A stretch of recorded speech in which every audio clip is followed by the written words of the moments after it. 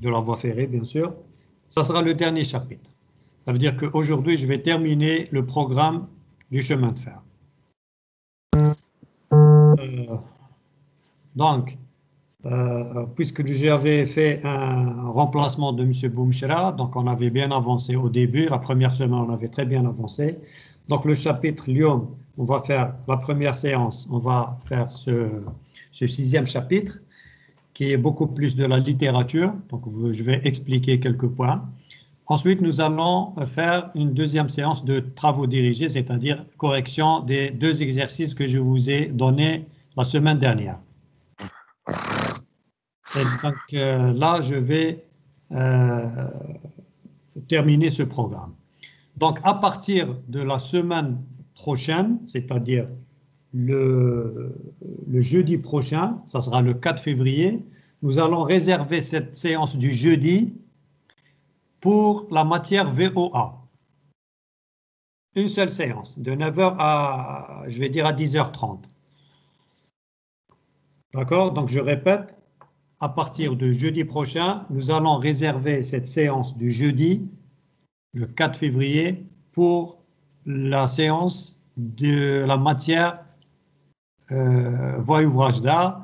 Nous le ferons ensemble avec les M2 géotechniques. Monsieur Selhaji, fhamteni, pour que tu expliques aux absents. Oui, c'est bon. D'accord. Eh bien, donc on va terminer aujourd'hui avec les chemins de fer et la séance du dimanche, donc elle va sauter, et la séance du jeudi, elle va être réservée exclusivement le VOA. Il nous reste 2 ou 3 chapitres pour terminer le programme. Donc concernant le VOA, je vous ai donné un travail, un exposé à faire, individuel. Les gens qui l'ont terminé, ils peuvent me le transmettre avant le 18. C'est l'ultimatum du 18. Donc, s'il y a des gens qui le terminent avant, le 10 ou le 15, ou là, ils peuvent me le transmettre. Parce que je suis une charge le 18. Autre chose, j'aimerais que les étudiants à M2VOA, dès maintenant, vous allez préparer les binômes pour les PFE Tawakom. Je ne sais pas si c'est déjà fait. Donc, je suis en train de collecter les différentes thématiques que les enseignants m'ont envoyées. Jusqu'à maintenant, je n'ai que 13 propositions qui vont concerner à peu près 26 étudiants. Donc, il me reste quand même, je vais dire, 5 ou 6 thématiques. Donc, je vous demande dès maintenant de vous composer en binôme. Une fois que j'aurai toutes les thématiques, on fera une séance ensemble pour la répartition des PFE. Est-ce qu'il y a des questions sur ces points que je viens de citer maintenant? Les 4 points ou les 3 autres points? C'est l'AG. C'est bon? Vous avez saisi? Parce qu'il y a 15 étudiants, il faut que vous transmettiez le message aux autres.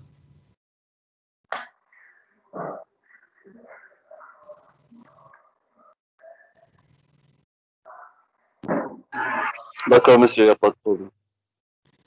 Très bien.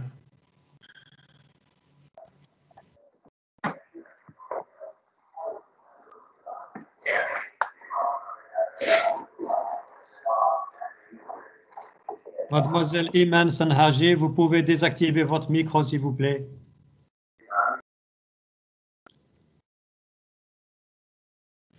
Est-ce que vous avez l'écran qui est partagé, s'il vous plaît, M. Selhaji? Oui, monsieur. Oui, monsieur, c'est bon. Très bien. Mademoiselle Iman Sanhaji, pouvez-vous désactiver votre micro? شنو monsieur, désactivé. راه désactiver, انا عندي ما راش désactiver. صح, d'accord, معليش.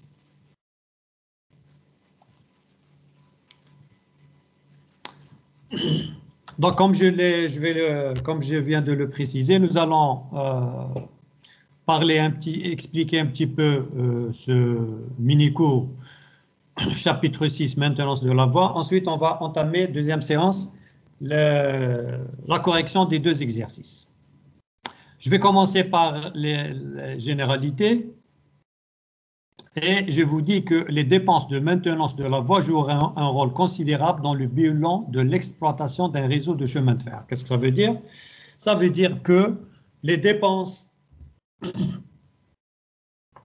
qu'on doit faire pour maintenir une voie sont très importantes dans l'exploitation d'une administration du réseau de chemin de fer.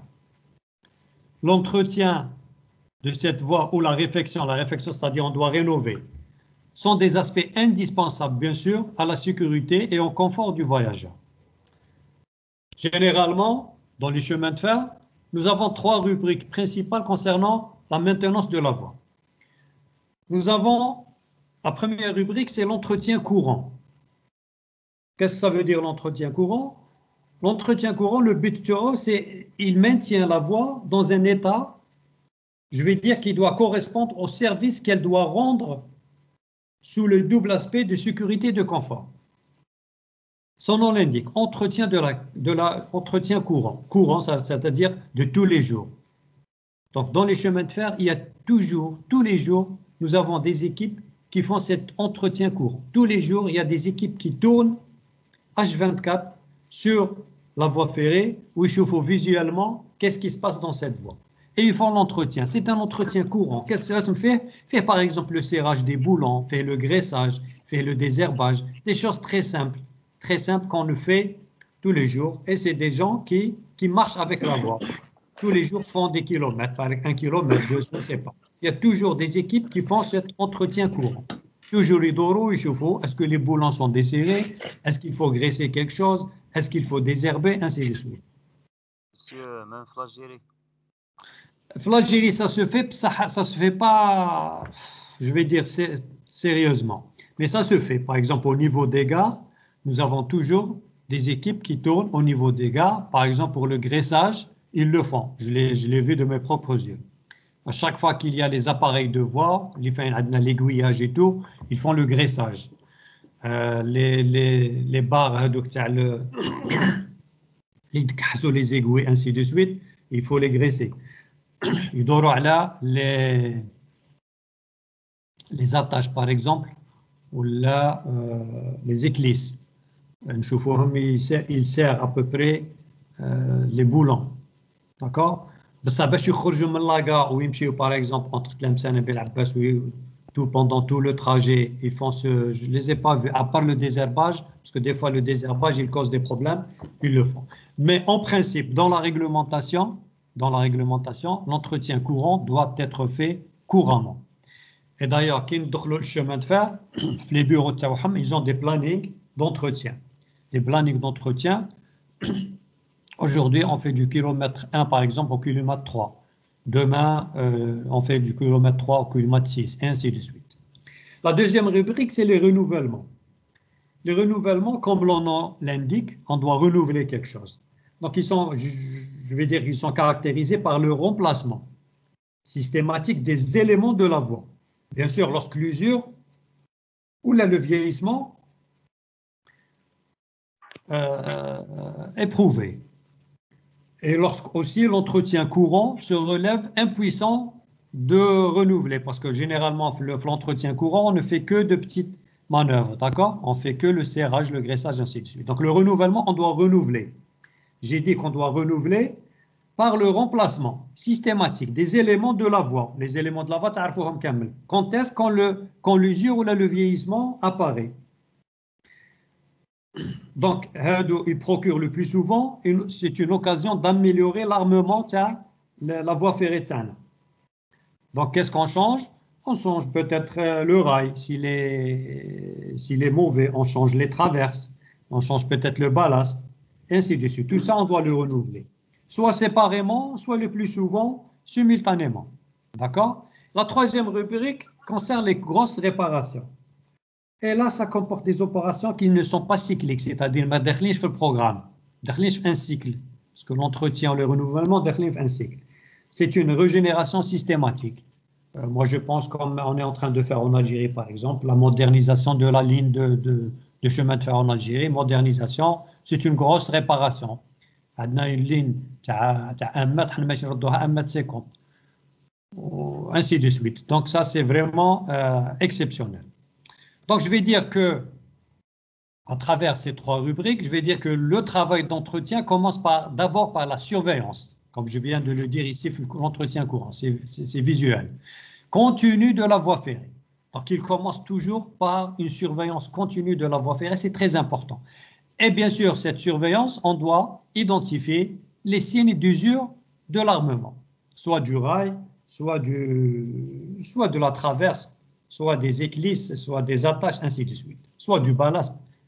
Donc le réseau est ainsi intégralement contrôlé chaque année par une machine et par une patrouille d'inspecteurs des voies. Donc il y a maintenant des machines ou qu'il y a des patrouilles, parce que le visuel, c'est beaucoup plus l'être humain. Donc comme j'ai dit, il y a des équipes d'inspecteurs de voies. Donc ces mesures vont nous permettre d'assurer la fiabilité de notre infrastructure, d'identifier les besoins. On a besoin par exemple d'attaches, on a besoin d'éclisses, on a besoin de rails, et ainsi de suite, pour pouvoir planifier les interventions. Le management. On fait l'identification pour passer à l'analyse, la planification et la réparation. Donc, je vais dire que les opérations de maintenance sont conduites en fonction de 3 paramètres principaux. On ne fait ces opérations de maintenance que par rapport à ces 3 paramètres. Le premier, c'est la nature du trafic. Bien sûr. Est-ce que la voie TANA qu'on est en train d'inspecter, si vous voulez, est-ce que fait un tonnage important? Est-ce que fait une vitesse importante?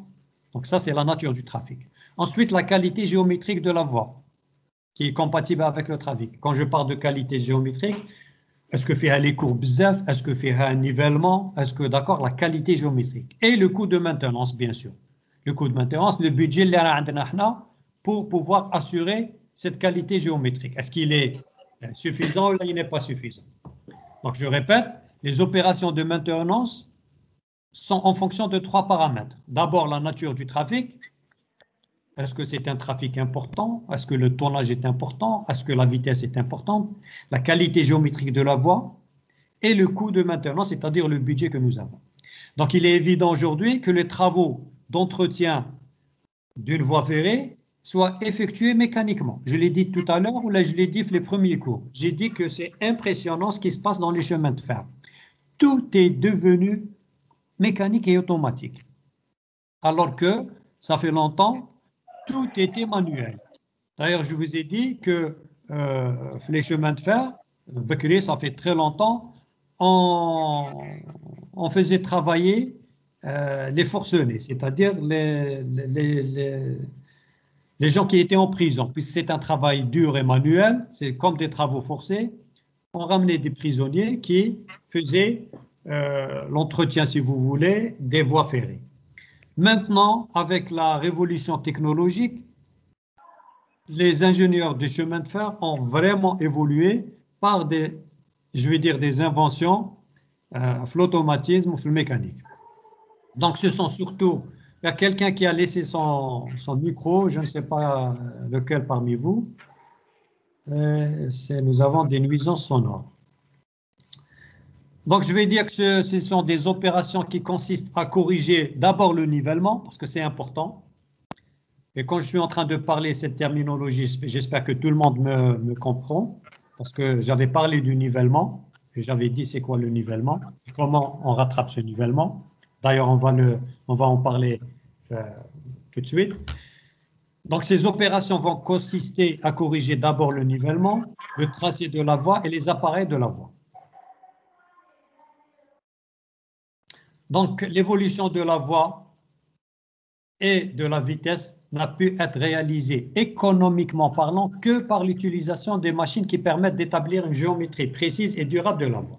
Ça veut dire que maintenant, c'est devenu vraiment rentable et économique parce que nous avons automatisé et nous avons mécanisé les opérations de maintenance. Bekri, ça fait longtemps, c'était manuel et on n'avait aucune rentabilité. On faisait un travail d'entretien qui n'est pas très important et on consommait énormément de temps, donc ce n'était pas vraiment économique. Donc je vais commencer par l'entretien de la voie. en 6.2.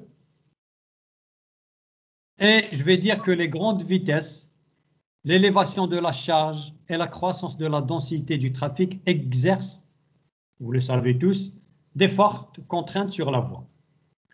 Donc, depuis plusieurs dizaines d'années, toutes les administrations ferroviaires se sont penchées sur ce problème, justement. Quand on a une voie ferrée et on a un trafic très important avec une vitesse très importante, un tonnage très important, ça veut dire que nous allons avoir, je vais dire, une usure beaucoup plus rapide qu'une autre ligne qui est moins importante. Donc, l'entretien de la voie ne pouvait se concevoir que par une mécanisation et une automatisation importante des opérations. L'entretien de la voie ne pouvait se concevoir, les ingénieurs Tabakri, ils ont su, l'entretien ne pouvait se concevoir que par une mécanisation et une automatisation importante. Et d'ailleurs, si vous cherchez un petit peu, vous allez voir, vous pouvez trouver beaucoup de vidéos, justement dans ce sens, qui vont nous montrer qu'il y a énormément de machines, le domaine du chemin de fer, qui vont nous faire justement ces processus d'entretien. Il y a les bourreuses, il y a les régaleuses, il y a les dégarnisseuses, il y a les cribleuses, et ainsi de suite. Énormément de machines qui nous facilitent, tout est automatique, qui nous facilitent ces genres d'opérations. Donc les efforts transmis à la voie par les charges du trafic vont entraîner, comme je viens de le dire, des actions déterminantes. Ces actions vont provoquer soit l'usure du matériel, soit l'usure du ballast, où là le ballast est colmaté, soit un défaut de nivellement de notre voie. Donc quand je parle d'usure du matériel, je précise, c'est toujours beaucoup plus l'usure du rail, des traverses, des chevilles, des attaches, ainsi de suite. D'accord? Soit le ballast qui est, je vais dire, colmaté. Colmaté, il s'est usé et colmaté, l'argile, ainsi de suite. Soit ce qui d'ailleurs va provoquer peut-être le défaut du nivellement. Donc, le défaut du nivellement est bien sûr automatiquement du tracé. La ligne Tana, elle a tassé dans quelques points, donc c'est vraiment des actions qui sont néfastes, ou là elles sont néfastes pour le confort et la sécurité du voyageur. Donc la réparation ou l'élimination de ces phénomènes vont constituer des opérations d'entretien de la voie. Donc lorsqu'on va éliminer ces phénomènes, ces contraintes, nous sommes en train justement de faire de l'entretien de notre voie.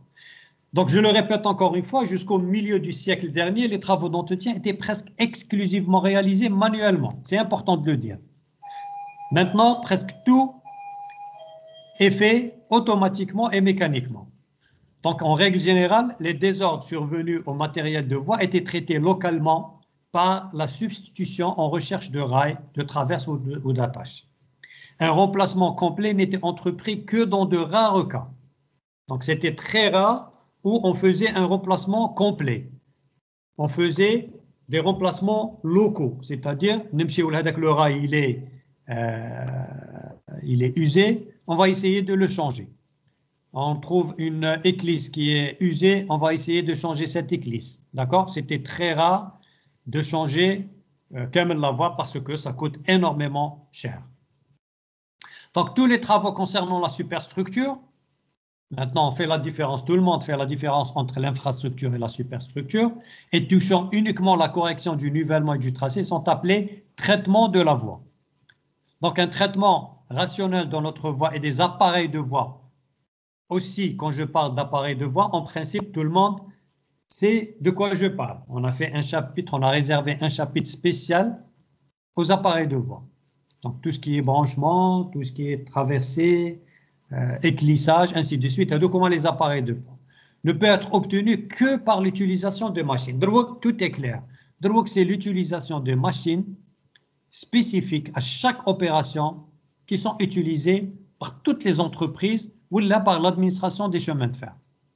La qualité et la durabilité du traitement effectué dépendent entre autres du principe du bourrage. Nous allons voir ce que c'est que le bourrage. C'est lorsqu'on est en train de bourrer le ballast sur les traverses.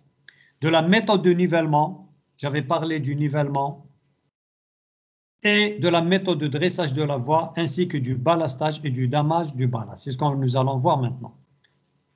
Donc, la qualité ou la durabilité du traitement dépendent, entre autres, de ce type d'opération.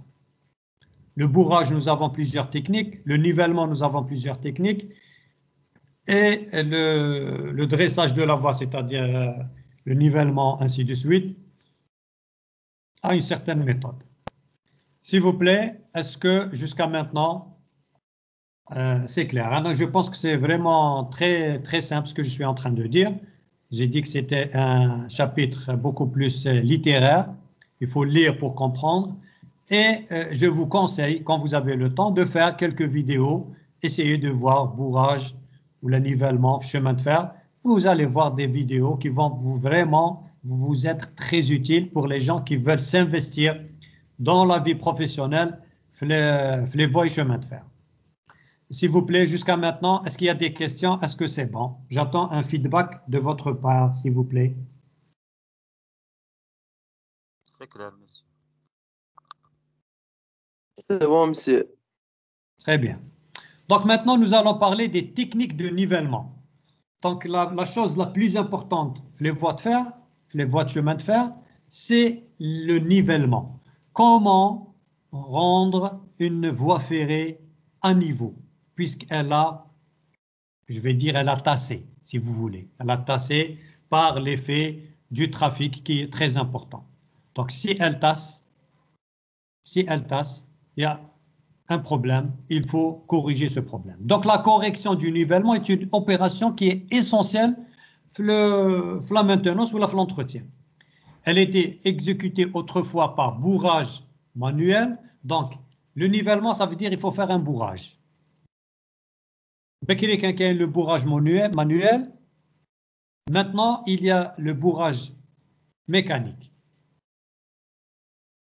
Donc, elle est exercée maintenant par soufflage ou bourrage mécanique. Donc, nous allons voir c'est quoi un soufflage et c'est quoi un bourrage mécanique. Le bourrage manuel, je vais en parler, mais ce n'est pas très important parce que maintenant, cette opération est complètement abandonnée. On ne fait plus de bourrage manuel. On le faisait depuis longtemps. Donc, qu'est-ce que ça veut dire? Ça veut dire qu'on doit rétablir la régularité transversale et longitudinale de notre voie en la soulevant de point en point avec des criques. Et là, c'était très, très, très pénible. Il fallait beaucoup de main-d'œuvre. On a des criques, comme les criques à l'auto, d'accord? Et on soulevait, chaque point, on soulevait les rails et on faisait introduire du ballast sous ces rails pour pouvoir les rails. Bien sûr, on avait un jeu de nivelettes pour pouvoir régler à l'œil l'une des fils de rail par rapport à l'autre, parce que j'ai wahda alia par rapport à l'autre. Ou là, nous faisons aussi un autre appareil, c'est le niveau à bulle. Comment tu as le maçon, le bulle, la règle à bulle, pour pouvoir voir est-ce que le niveau il est bon ou là il n'est pas bon. Ensuite, on bourre du ballast dans le vide qui est ainsi créé entre les dessous des traverses et les moules. Quand je parle de moules, c'est-à-dire avec l'ouverture à la traverse. La traverse, quand j'enlève la traverse, elle va laisser un moule, un vide, la forme de la traverse. Avec le vide, on a le moule. Donc, pour caler la voie dans la position désirée, on continue l'opération à l'avancement et on avance. À chaque fois, on avance. À chaque fois, on prend des criques, les criques, les rails, les traverses, on bourre les moules, le ballast les moules, on les traverses, on les rails, on les attache. Cette méthode est longue et pénible et un rendement très faible. Elle a été complètement abandonnée. Pourquoi elle a été abandonnée? Parce qu'on a remarqué que c'était vraiment pas avantageux, c'était vraiment pénible, c'était très long. Donc, nous avons inventé des machines qui vont faire ce travail qui était manuel, il va se faire d'une façon mécanique. Et on appelle ça le bourrage mécanique. Donc, le bourrage a repris depuis quelques années un important développement sous forme de bourrage mécanique. Depuis la mise au point des bourrages mécaniques à haut degré d'automatisme, dont les performances se sont considérablement améliorées. Donc le nivellement est entièrement automatique, grâce à un chariot qui se déplace à une vingtaine de mètres en avant de la machine. Donc c'est une machine elle fougue les rails et elle commence à marcher. Chaque 20 mètres, elle s'arrête.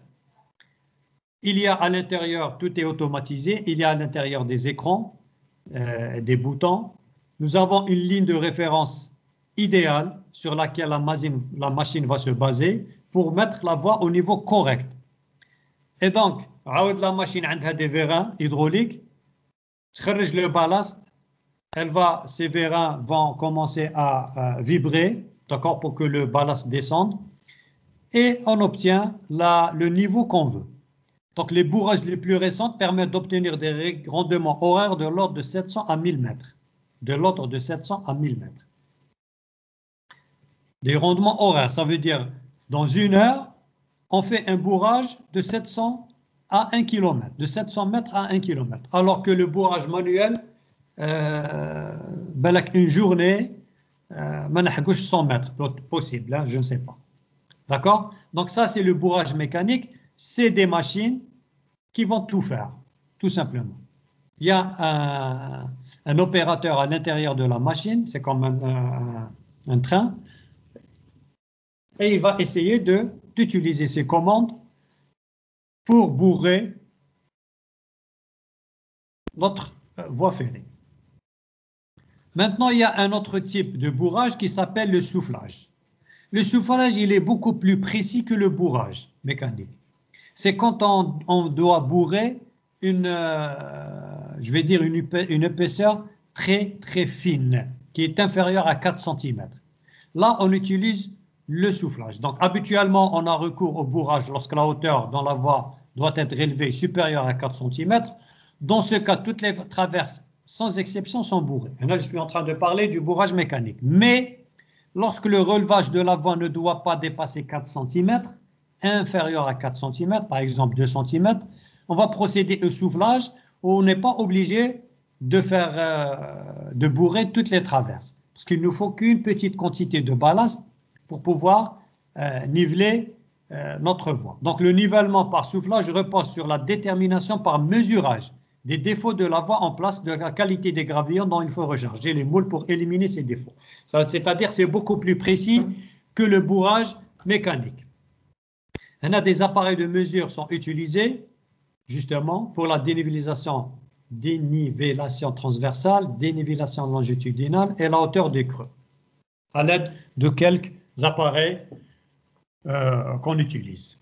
Donc, ce qu'il faut retenir, c'est que le bourrage, il se faisait manuellement avec l'innovation et la création de plusieurs machines, de la technologie, de l'automatisme et de la mécanisation. Nous avons, je vais dire, inventé des bourreuses qui vont faire ce travail. Il y a le bourrage mécanique et il y a le soufflage. Le bourrage mécanique, le soufflage est beaucoup plus précis. C'est lorsque l'épaisseur ne dépasse pas 4 cm. C'est bon jusqu'à présent, cette deuxième partie de bourrage dépasse 4 cm. Dépasse 4 cm pour le bourrage, bien sûr. Moins de 4 cm pour le soufflage. Monsieur, j'ai une question. Oui.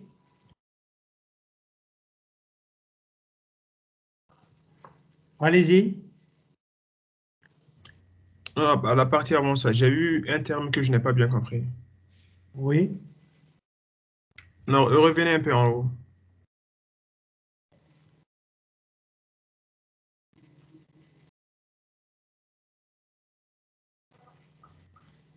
Voilà.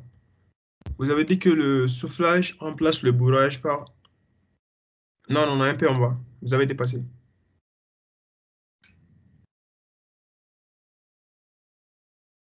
Oui. Descendez un peu.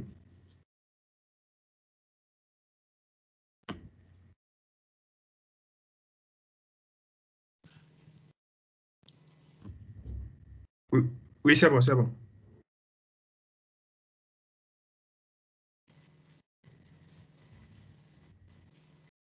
Oui, c'est bon, cette partie. Oui. Vous avez dit que le soufflage remplace le bourrage par la consolidation des traverses. Je n'ai pas bien compris ça. Pour la consolidation des traverses. Mais lorsque le relevage de la voie ne doit pas dépasser 4 cm, le procédé du soufflage remplace le bourrage pour la consolidation des traverses. C'est le même principe, comme je parlais tout à l'heure. Pourquoi on fait ce bourrage? C'est pour consolider les traverses. Consolider, ça veut dire que les traverses, imaginez que nous avons des traverses en bois. Lorsque nous avons un nivellement, ça veut dire que ces traverses ne sont pas vraiment consolidées. Elles ont tassé. Elles ont tassé pour plusieurs raisons. Soit parce qu'il y a eu, par exemple, le ballast ne joue plus le rôle de stabilisateur, et donc il est colmaté par de l'argile, il devient comme de la boue, donc il va être imbibé d'eau, et les traverses, on utilise dans le chemin de fer un terme de danser. Les traverses vont danser, vont pouvoir bouger, elles ne sont pas consolidées. D'accord? Donc, pourquoi on fait ce bourrage? On remplace, on ajoute du ballast, d'accord? On ajoute du ballast sous la traverse. On enlève la traverse. Quand on enlève la traverse, on va trouver un moule, c'est-à-dire un creux, c'est à la traverse, le rectangle avec le rectangle. On va le bourrer, on va le remplir de ballast et on va poser la traverse sur ce ballast. Donc, le nivellement par soufflage repose sur la détermination, plutôt, le relevage de la voie ne doit pas dépasser 4 cm. Le procédé du soufflage va remplacer le bourrage, tout simplement, pour la consolidation des traverses. Lorsque la voie doit être élevée et supérieure à 4 cm, 4, 5, 6, 7 cm, on utilise le bourrage mécanique. Lorsque nous avons moins de 4 cm, on va utiliser le soufflage. Et il va remplacer le bourrage justement pour le même effet qui est la consolidation des traverses. C'est bon? Oui, c'est bon. Maintenant, nous allons parler du désherbage qui est quelque chose de très important. Le désherbage, ça veut dire qu'il va y avoir des herbes qui vont pousser le long de notre voie ferrée. Et là, nous le remarquons, il existe chez nous. Ce problème est vraiment très contraignant pour la voie ferrée. Donc, la lutte contre l'envahissement de notre plateforme, vous savez tous ce que c'est qu'une plateforme, et le ballast par la végétation a figuré longtemps parmi les travaux prioritaires justement de ces brigades d'entretien, de ces équipes qui font l'entretien. Donc, les plantes obstruant les intervalles du ballast. Pourquoi je dis les plantes obstruant les intervalles du ballast? Parce que lorsque le ballast va se remplir de terre végétale, on va utiliser le terme de polluer, il va être pollué, ce ballast va être pollué par de la terre végétale. Donc il va y avoir les intervalles entre un ballast et un ballast, il va y avoir de la terre, cette terre va naître dans cette terre des plantes et ils vont contrarier l'écoulement des eaux de pluie. Ça veut dire que le ballast ne va plus jouer le rôle de drainage. D'accord? Ces plantes, justement, elles vont pourrir, une fois que l'été va venir, donc elles vont sécher, elles vont pourrir. De l'humus, elles vont provoquer de l'humus. L'humus, c'est quoi? C'est de la terre végétale. D'accord? Quand ces plantes vont devenir des graines, ainsi de suite, avec de l'herbe, avec de la terre, ça va devenir de l'humus, il va favoriser la végétation à la saison suivante. Donc, le printemps prochain, ça va être encore pire que cette année. Donc, la plateforme va devenir humide et les traverses finissent par danser dans la boue. Danser, le verbe danser, on l'utilise pour les traverses. Elles vont commencer à bouger. Elles ne sont plus consolidées. D'accord? Donc, on doit procéder périodiquement au désherbage. Il ne faut pas qu'on laisse ces herbes pousser le long de la voie ferrée. Maintenant, pour le désherbage, comme pour le bourrage, il existe 3 méthodes. La première méthode, c'est la plus ancienne, c'est le désherbage manuel. Donc, le désherbage manuel à la pelle ou à la rasette. La rasette, je ne sais pas comment on appelle ça, comme kilmenjel, d'accord, en arabe, kilmenjel. D'accord, on va passer, il y a une équipe qui ne fait que ça. Elle va passer à travers toute la ligne et elle va avoir des pelles ou des rasettes et elle va commencer à enlever ces racines même la voie ferrée. Le problème, c'est que c'est coûteux parce que cette équipe, elle va travailler H24 et le rendement est très très faible et il n'est pas parfait car les racines restent dans le sol et ils vont repousser après quelques semaines. Donc le désherbage manuel n'est pas vraiment quelque chose, je dirais, de très de parfait ou bien de rentable. Donc on est passé au désherbage mécanique. C'est exactement la même chose. J'ai dit tout à l'heure que dans les chemins de fer, nous avons créé énormément de machines. Donc les désherbeuses mécaniques comportent essentiellement beaucoup de, je vais dire, d'outils. Il y a des couteaux verticaux, il y a une charrue qui désherbe, il y a un troisième mécanisme qui va labourer, parce qu'il y a la racine, mais le ballast. Il y a un râteau rotatif qui va trier l'herbe, ainsi de suite. Tout ça pour remettre le profil normal. Donc le coût du désherbage mécanique reviendrait à la moitié de ce que coûte le désherbage manuel. À l'âge parce qu'il est très rentable. Au lieu de faire, je vais dire, 1 km par jour, avec un désherbage mécanique, on peut faire peut-être 10 km. Et il y a une troisième méthode, c'est le désherbage chimique. Donc les résultats sont vraiment impressionnants par ce désherbage chimique. D'accord? Qui est-ce qui peut me dire quel est l'inconvénient du désherbage chimique? D'après vous, quel est l'inconvénient du désherbage chimique? Monsieur, c'est l'inconvénient, c'est sur l'acier qui traverse les rails. Non, non, non, c'est pas l'acier.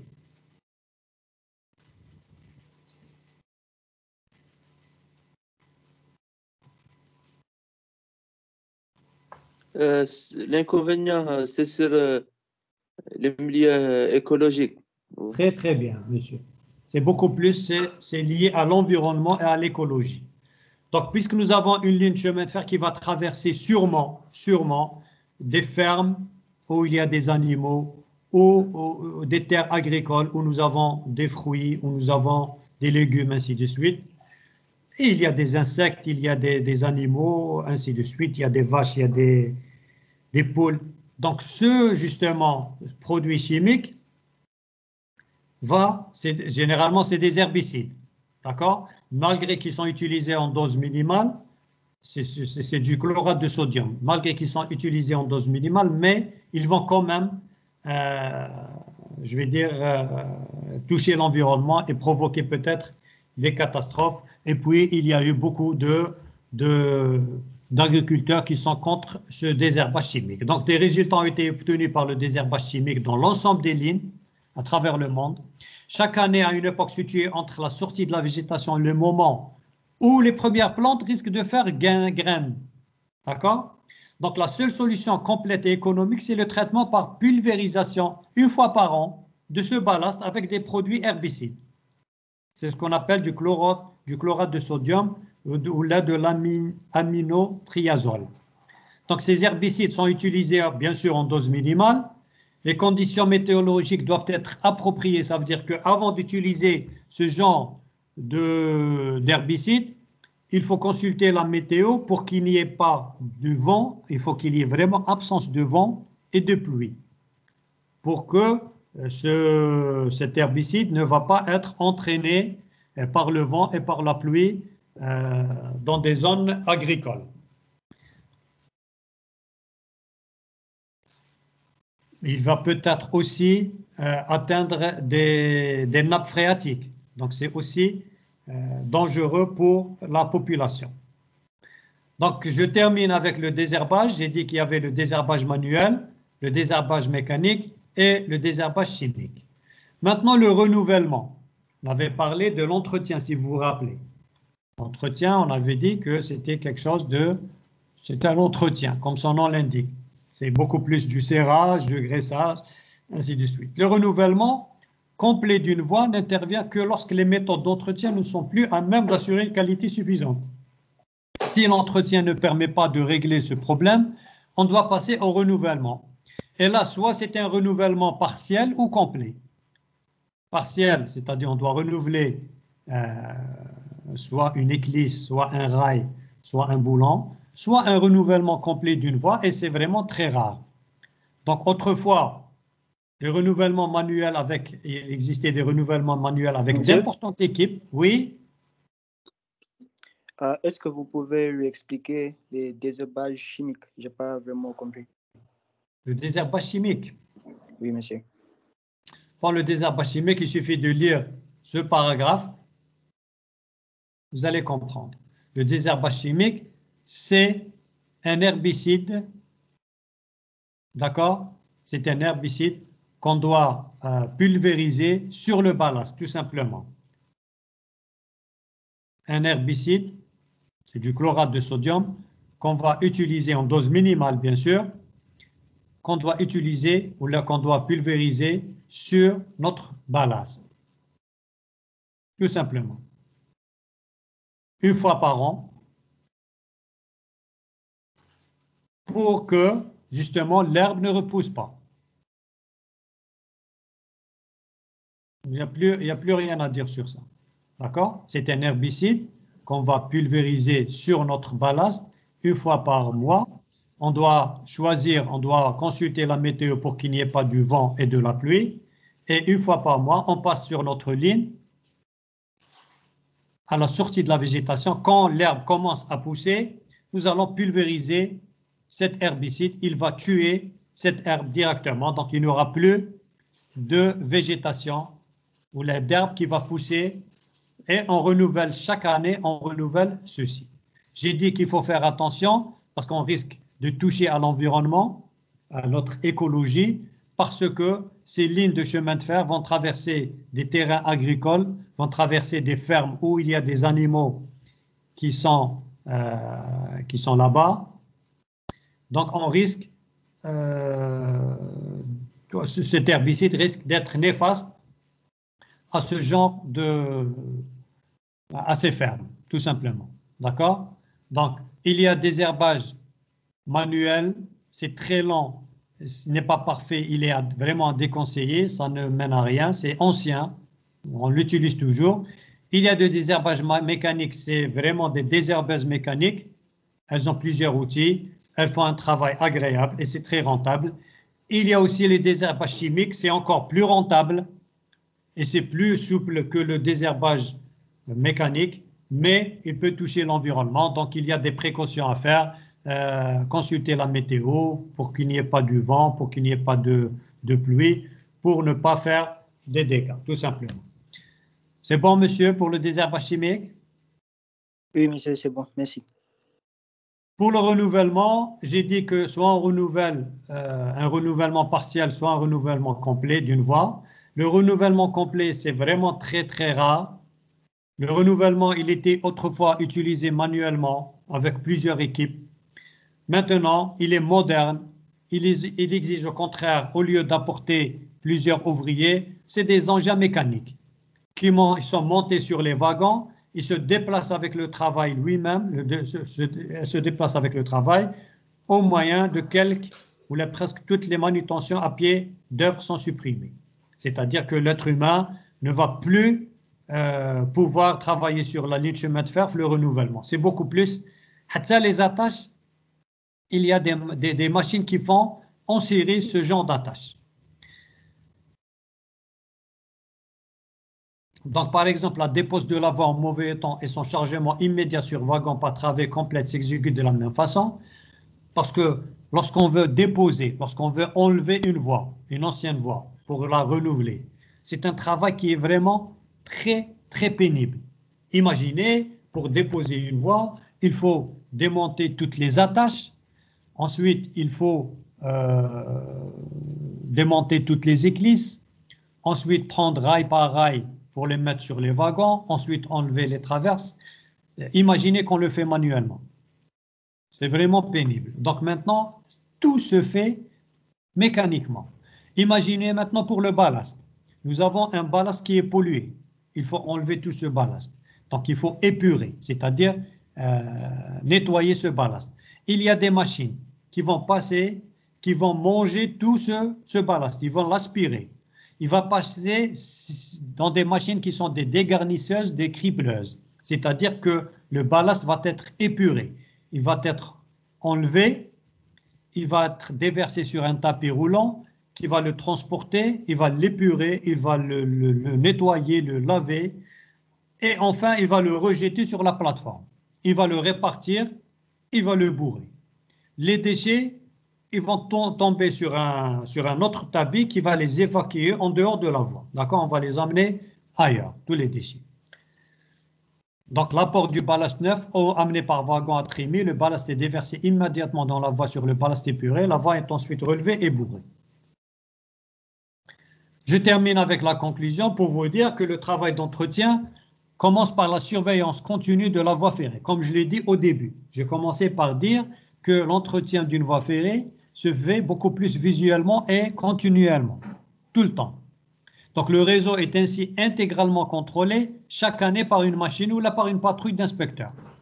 Ces mesures permettent d'assurer la fiabilité de notre infrastructure et bien sûr d'identifier les besoins.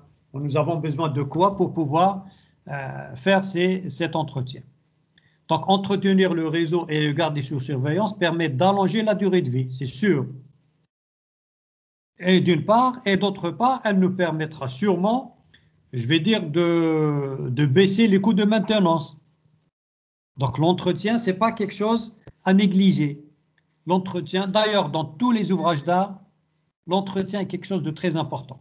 Quand tu me la DTP, vous allez trouver un bureau spécial pour l'entretien. Un bureau spécial, la direction des travaux publics, pour l'entretien des ouvrages d'art. Il doit faire des visites périodiques, surtout après les crues. Il me chauffe les ouvrages d'art, les ponts, est-ce qu'ils sont bouchés par les troncs d'arbres ou par les rochers qui jettent la crue, alhamdoulilah. Sûrement, les petits dallots ont été bouchés. Donc, ils ne vont plus faire passer de l'eau et ça va provoquer sûrement des inondations, ainsi de suite. Les bus, kiff. Donc, nous avons un bureau, un service, beaucoup plus un service d'entretien.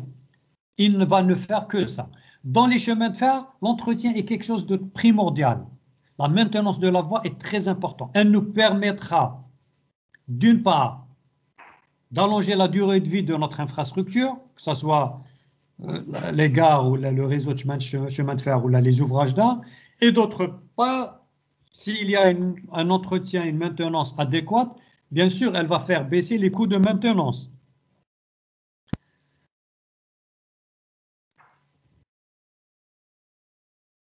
C'est bon, je termine ici avec ce chapitre 9, qui est très, pour moi, il est très intéressant, parce que vous allez entamer maintenant votre vie professionnelle. Il y a des gens qui vont sûrement investir le domaine des chemins de fer et cette partie de maintenance, je vais dire qu'elle est très importante pour nos ingénieurs. Je répète, j'ai commencé par vous parler des 3 rubriques principales dans la maintenance d'une voie ferrée, à savoir l'entretien courant, les renouvellements et les grosses réparations. Les grosses réparations, c'est très rare. Les renouvellements, c'est quand on doit renouveler quelque chose. L'entretien, c'est l'entretien courant qui se fait continuellement et quotidiennement. J'ai dit que les opérations de maintenance sont conduites en fonction de 3 paramètres clés. C'est la nature du trafic, c'est-à-dire le tonnage, la vitesse, ainsi de suite. C'est la qualité géométrique et le coût de la maintenance. Est-ce que nous avons le budget, oui ou non? L'entretien de la voie, j'ai parlé des techniques de nivellement. J'ai dit qu'il y avait 3 techniques de nivellement. Le premier, c'est le bourrage manuel. Il n'existe plus, c'est dépassé. On est revenu au bourrage mécanique ou là au soufflage. Le soufflage, c'est beaucoup plus précis, c'est quand ça ne dépasse pas les 4 cm, on fait le soufflage. Le désherbage, c'est aussi quelque chose d'important parce qu'il cause énormément de problèmes à notre voie ferrée. Et j'ai dit qu'il y avait le désherbage manuel, il existe toujours, mais c'est vraiment pas parfait et c'est pas rentable. On est passé au désherbage mécanique ou là au désherbage chimique. Donc, je vous remercie pour votre attention. S'il n'y a pas de questions, je vais passer à la correction des exercices que je vous ai donnés la dernière fois.